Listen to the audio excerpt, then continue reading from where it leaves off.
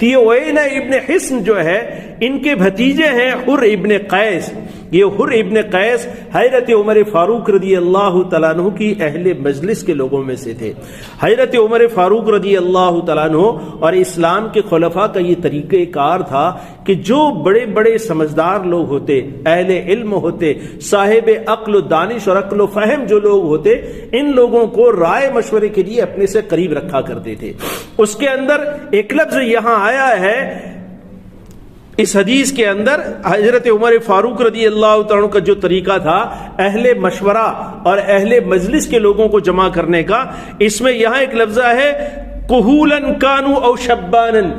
کہ بھئی بڑی عمر کا ہونا یا تجربہ کار ہونا یا پرانا ہونا یہ ضروری نہیں ہے. سمجھدار آدمی ہے، صاحب فہم ہے، صاحب علم ہے، اللہ کی کتاب کا اور حدیث کا جس کے پاس علم ہے اور تفقہ فی الدین جس کے پاس ہے، ایسے لوگوں کو وہ اپنے قریب رکھا کرتے تھے، چاہے وہ بڑی عمر کے ہوں چاہے وہ نوجوان ہوں.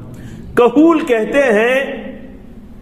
30 کی عمر کے بعد کا جو زمانہ ہوتا ہے وہ انسان کی عمر کا کہول کہلاتا ہے. 50 کے بعد کی عمر جو ہے وہ شیخو کا یعنی بڑھاپا کہلاتا ہے، اور 30 سے لے کر 50 تک کی جو عمر ہے وہ کہول عربی کے اندر اس کو کہتے ہیں، اور اس سے کم عمر جو ہے اس کو شاب کہتے ہیں. 15 سے لے کر 30 تک کا جو زمانہ ہے وہ شاب یعنی جوانی کا زمانہ ہے،